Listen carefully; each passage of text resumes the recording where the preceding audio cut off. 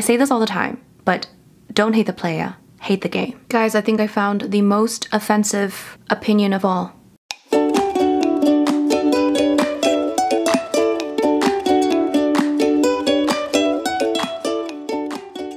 Hello everyone, it's Rose and welcome back to Cheap Lazy Vegan and another Vegan Talks video. If you guys don't know, Vegan Talks videos are basically videos on my channel where I talk about vegan topics that are interesting to me, and we have a nice little discussion in the comment section and it's a lot of fun. So if you guys want to check out more of my Vegan Talks videos, then I will link the playlist down below so you can watch those after you watch this video. So today I thought it'd be really fun to react to your unpopular vegan opinions. Yes, if you guys know, I did 2 videos telling you guys my unpopular vegan opinions, so I thought it'd be fun to react to yours. To clarify what I mean by unpopular vegan opinions, it's basically opinions that I have as a vegan that might not be as popular within the vegan community. So basically what I'm gonna do is go through your unpopular vegan opinions. I asked you guys on Instagram, if you're not following me, follow me at Cheap Lazy Vegan. I asked you on Instagram to leave me your unpopular vegan opinions, and if I have time, I might be able to go through some YouTube comments as well, but I mean, I got a lot of responses, so let's see if I have time, okay? Before we jump in, these are just my opinions, and these are just opinions shared by other people. Please, no hate on the comments, okay? Let's have a healthy and productive discussion and realize that we might have different opinions, even if we are all vegan or interested in veganism. So yeah, let's keep it respectful. And also, if you guys want my unpopular vegan opinions, of course, don't forget to watch my 2 videos. I'll link those down below as well. All right, let's actually get started. Being vegan is harder than people think, especially tracking all vitamins and minerals. So that is unpopular vegan opinion number 1. Now, do I agree that being vegan is harder than people think? No, I actually think it's harder in a different way. So it's harder because it's harder to navigate in a social sense. It's harder to navigate from a social perspective and fit into a community that is heavily not vegan, and that's what makes it extra difficult to be vegan. Now, is it harder in terms of tracking your vitamins and minerals? I think it's harder because you automatically think that you're going to be deficient, so you are more aware of your deficiencies or potential deficiencies, so you feel the need to go out of your way to, look at different supplements. So it's not necessarily that vegans are more likely to be deficient, because you could be not vegan, like you could be a meat eater and still be extremely deficient in lots of different things. Because just because you're a meat eater does not mean that you are eating a wide variety of foods. So to assume that all meat eaters are just like getting all their vitamins and minerals and vegans are not is just a false assumption. So I think it's difficult to be vegan in certain aspects. So I think vegans are just more aware of tracking their, vitamins and minerals and making sure that they are getting their, nutrients in those ways. Whereas a lot of people that eat meat, they're not necessarily, paying attention as much as a vegan might be. But it's definitely harder to navigate in a social sense. All right, next. I will never stop eating honey. Agave syrup is unsustainable and drives habitat loss. Interesting. So I got a few comments regarding this. Now, I don't know enough about agave and honey and how it's sustainable. I still avoid honey just out of, consistency in a way. And I've read some things about honey that it's not good for the bees. And yeah, but I didn't know that agave is necessarily like unsustainable. I don't know. What do you guys think of this topic? I would have to do more research on this. Right now, I have a time constraint, okay? But if you want to leave me your comments on this topic, let me know. At the end of the day, I feel like there are other sweetener options, like maybe maple syrup. Like, is maple syrup not sustainable? Like, that's an option. I don't know. It depends on the facts, and I don't know the facts, so maybe I should know the facts. Not sure how unpopular, but being vegan is a privilege that not everyone in the world can afford, whether financially or based on availability. Okay, so that's a really good topic to discuss. I think it's very interesting. So my thoughts. Completely agree that not everyone in the world can be vegan because of many different reasons. I think there are so many reasons as to why someone might not be able to go vegan. I don't agree that, veganism is a privilege. I think veganism is more of a movement. It's more of something that we do to, it's activism. It's not a privilege. Like, I don't think anyone would look at any other activist lifestyle and think that's a privilege. I think that It depends on how you look at veganism as well. If you look at veganism as just a healthy diet, then yeah, you can think of it as a privilege. But veganism is not a healthy diet. It is a movement. It is a lifestyle that is based on an ethical stance and based on the premise of changing, certain practices in the world. So I don't agree that it's a privilege, but I do think that you do have to be in a certain privileged position to go vegan. For example, someone in a position where they are constantly maybe struggling to put food on the table, that person is not going to have the mental or emotional capacity to really think about issues outside of their own survival. So of course you have to be in a certain level of a privileged position to be able to think about social issues, I think just overall. But I think it is more of a responsibility and a social justice movement rather than being, oh, like, I'm just so privileged, so I'm gonna eat kale instead of this. You know what I mean? So yeah, I just want people to realize that it's not just some sort of, trendy fad that people are following. Yes, it's trendy in certain aspects, like, if you go to LA, it's obviously more popular in LA than other places in the world. So people might perceive veganism as just a trend that people are just following because they're rich and they can do whatever. But yeah, I don't see it that way. I see it as more of an activist lifestyle, a justice movement. So yeah, I mean, other justice movements, other movements, people wouldn't see it as a privilege. You know what I mean? Like, fighting for women's rights is not a privilege. I mean, do you have to be in a privileged position to care about, worldly issues?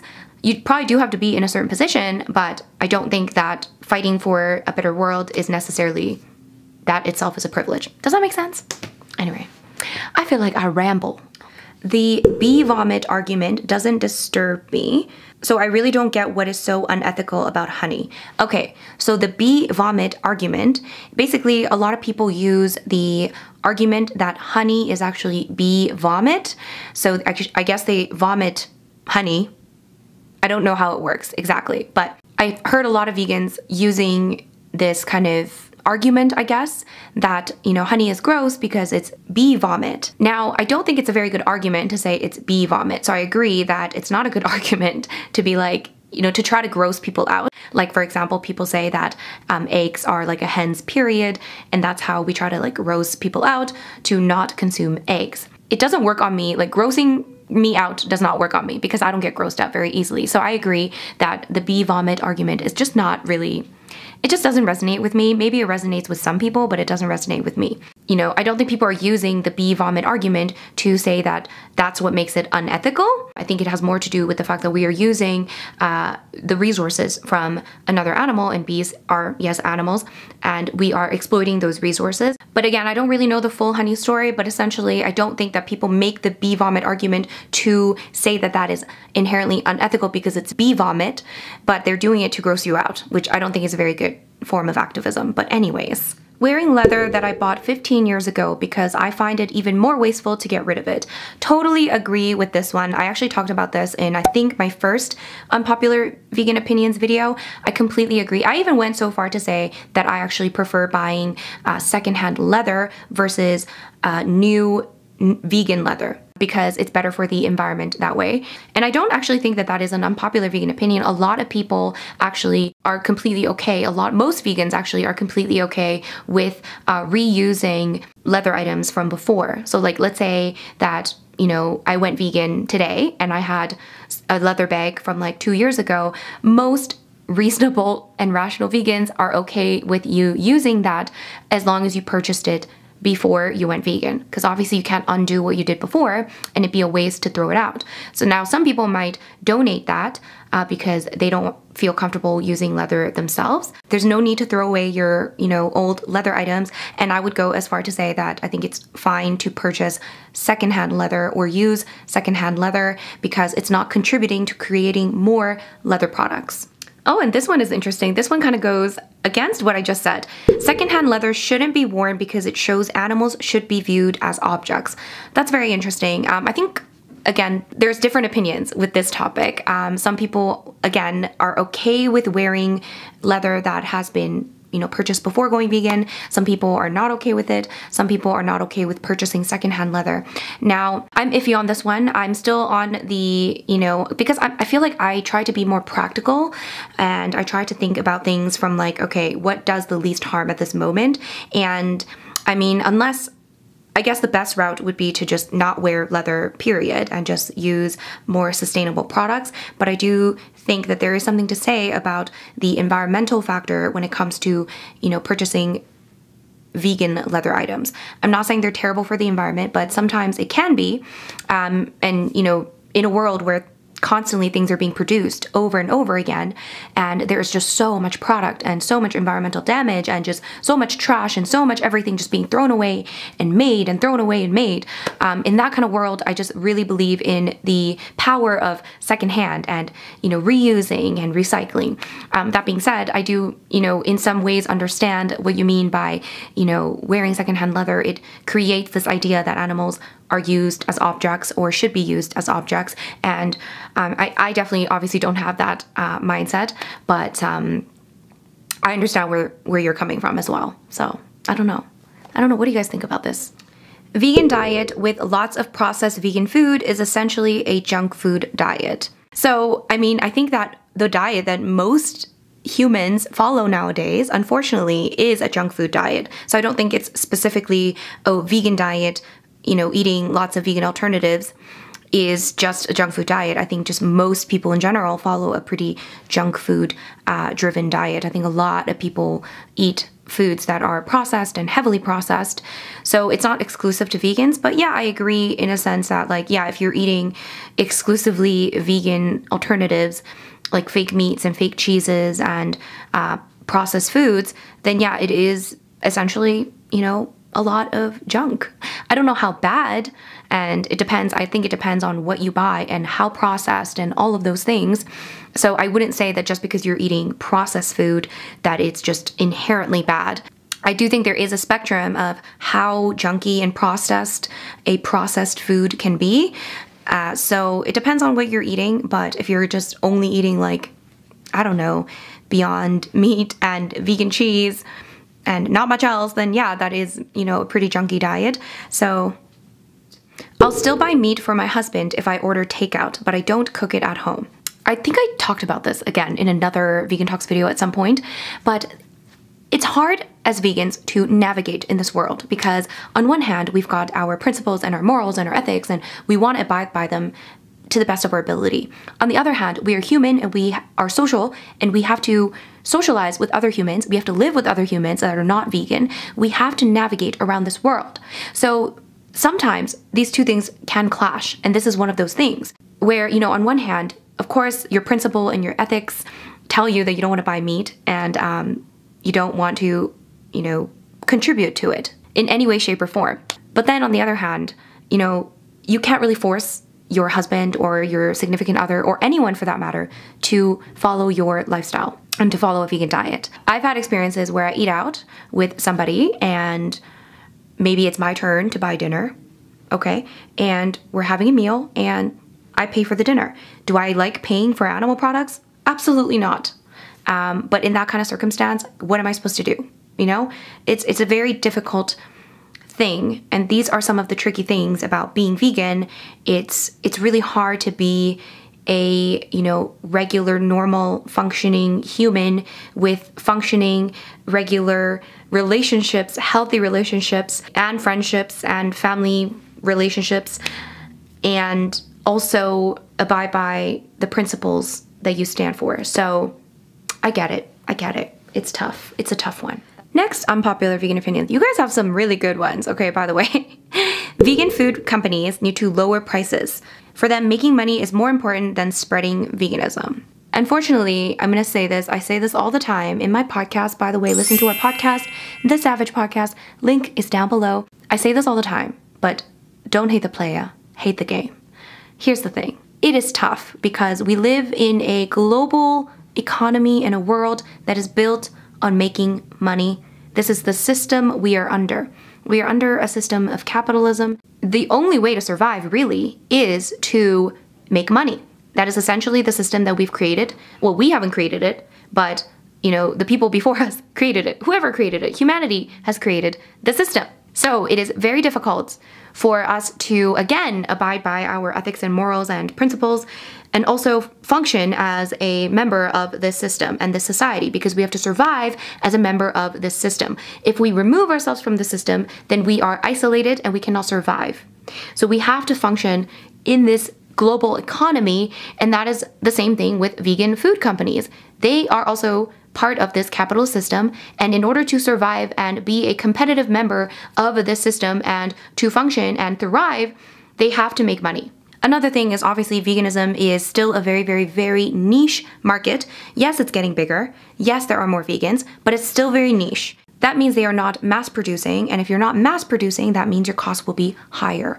And that means your prices will also be higher. And also, if you have a niche market, you can also price things higher because people are more willing to pay a higher premium for products that are not as readily available. So yeah, I mean, I wouldn't completely just assume that, oh, they just care about making money. At the end of the day, we all care about making money because we all have to, because again, don't hate the player, hate the game. Some companies, they might not care. There are definitely companies that just want to capitalize on, the vegan movement and the vegan community. But I'm sure there are also companies that legitimately want to, create vegan products because they care about this community and this lifestyle. Intersectionality in marches and public activism isn't helpful or effective. I think I kind of know what intersectionality means, but let me just read the definition just so that we are kind of on the same page. So it says intersectionality, or intersectionality theory, is a theory that the overlap of various social identities such as race, gender, sexuality, and class contributes to the specific type of systemic oppression and discrimination experienced by an individual. So basically everything is connected. Okay, what's another definition? The oppression and discrimination resulting from the overlap of an individual's various social identities. So I kind of agree with this unpopular vegan opinion, although I kind of understand the intersectionality argument as well. I'm kind of on the fence here. Of course, a lot of these things are connected, but I think a lot of intersectionality is connected with regards to human discrimination and oppression, and it's not always linked to veganism. There are intersectional vegans that say that, vegans should always also advocate for all of these other forms of oppression and discrimination. And I agree that we should definitely all care about all forms of oppression and discrimination, absolutely.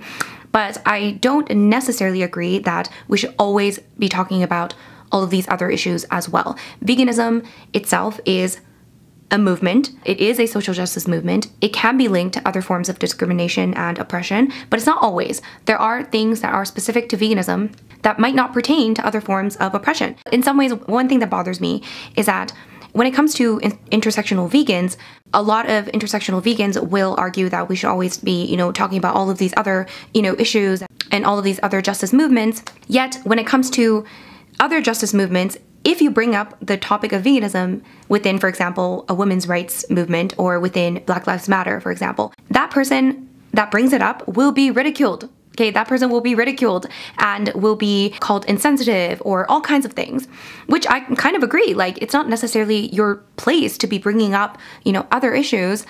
But at the same time, it's like, okay, if we're going to argue for intersectionality and say that everything is all connected, then is it really intersectional in that case when one side is not allowed to bring it up?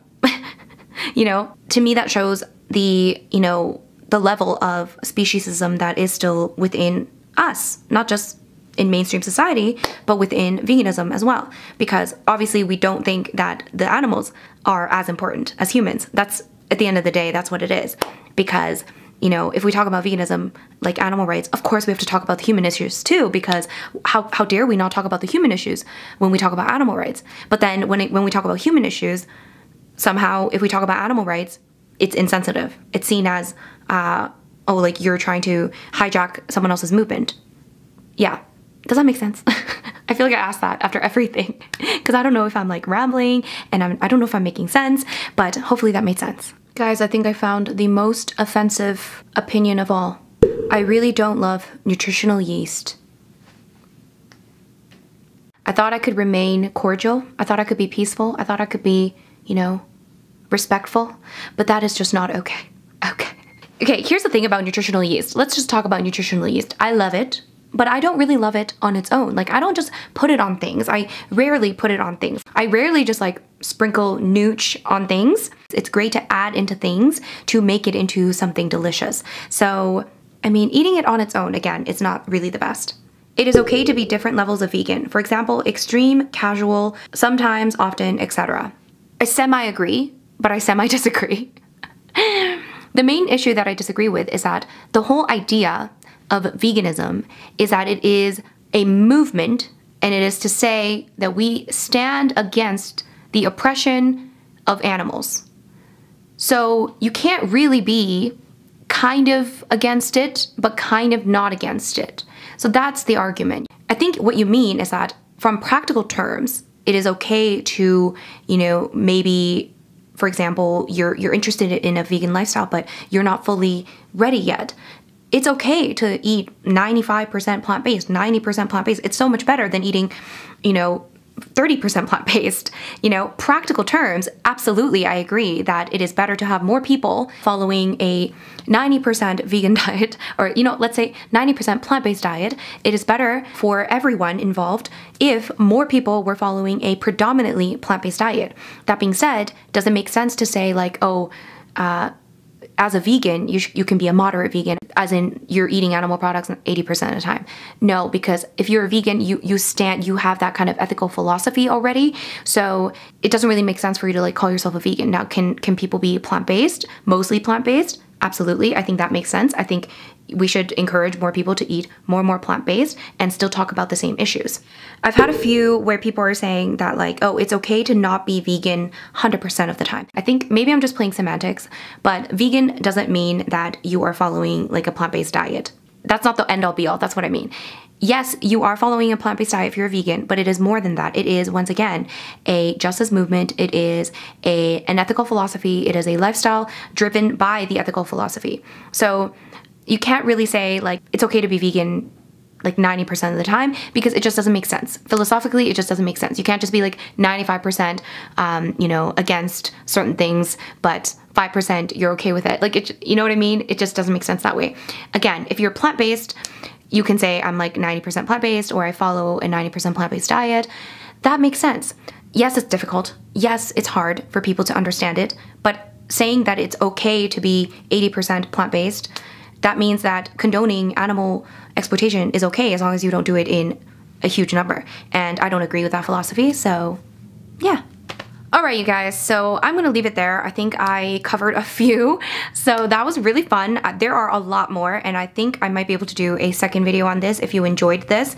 So yeah, I'm gonna do some screenshots to make sure I save some of these, and if you want, I'm gonna do another video reacting to more of these, because it's actually quite fun, and it's also great for me to think, outside of my usual mind, you know what I mean? It gets the juices flowing in my head. Okay, so if you guys have more unpopular vegan opinions, leave them down below. If you guys have any thoughts on anything we just talked about, leave them below as well. I love your insights as always.